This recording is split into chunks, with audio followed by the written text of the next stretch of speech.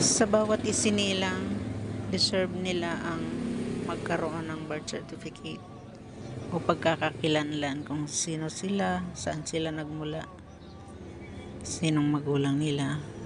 At kahit saang ahensya ng gobyerno, kinakailangan din minsan ang ipakita ang birth certificate. Ngunit sa kaso nitong aking asawa, nawala ata ang kanyang record sa kanyang munisipyo dahil ang kwento ay nasunog daw noon ang munisipyo. Baka nadamay sa pagkasunog kaya nawala ang record. Kaya ngayon, maedad na siya. Ngayon, magpaparegistered ulit siya. Ay, sa hindi natin alam kung anong dahilan, kung bakit wala siyang birth certificate. O baka nga totoo ang kwento na nasunog, na nadamay doon sa pagkasunog ng munisipyo nila. Kaya eto, magpapalate register tayo. At ngayon nga, pagdating natin sa PSA ay napakahaba ng pila. At ang sabi niya, yung mga nakaupo doon sa paregister, PSA National ID pala aming kukunin dyan kasi need yun na requirements, isa sa requirements ng National ID. Para makumpleto namin ang pagpapalate registered, kailangan namin kumuha ng ibang valid IDs at sa iba't ibang government offices.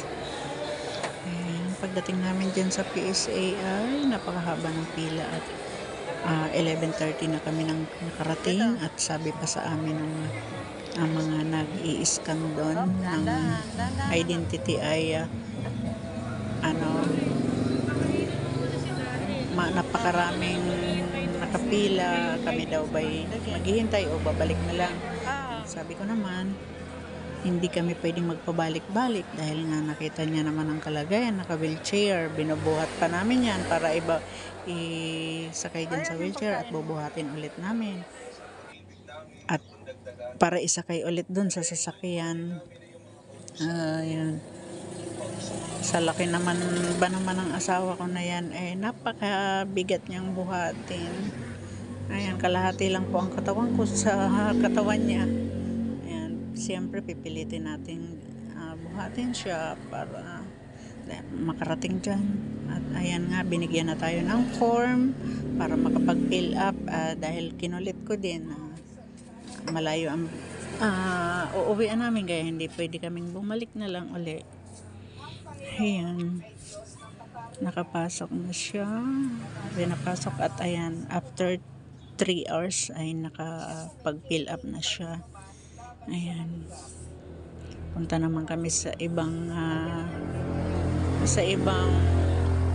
government office para makakuha ng iba pang requirements para makumpleto na ang kanyang requirements para magkaroon ng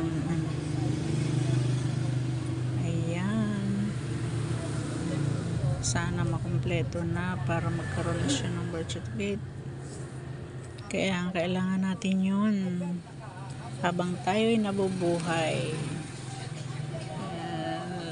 Lipat kami dyan sa Robinson para naman kumain at kunin pa yung isang requirements.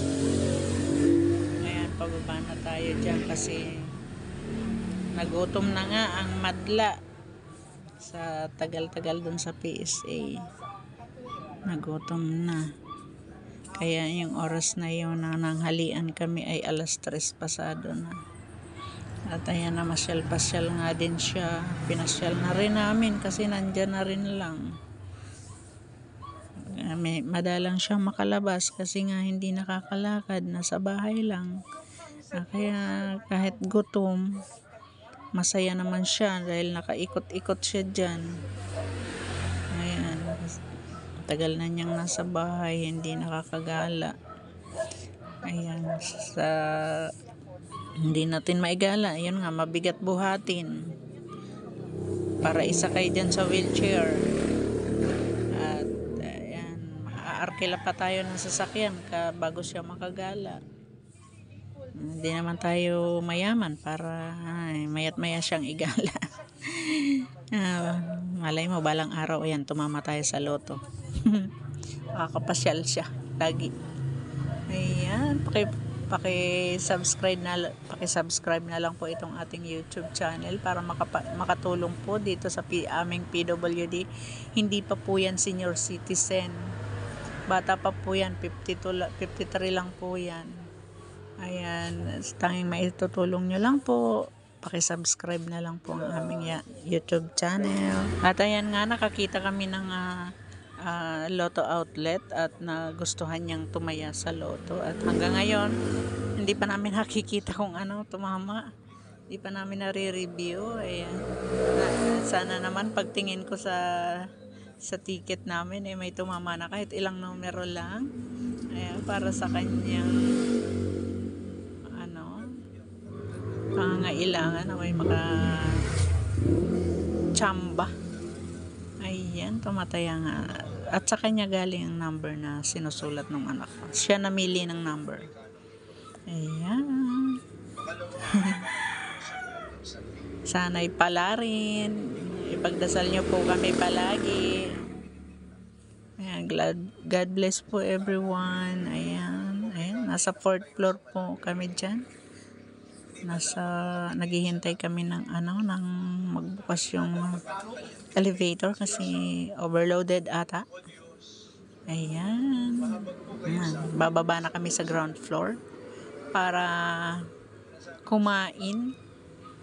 At iyan, gutom na.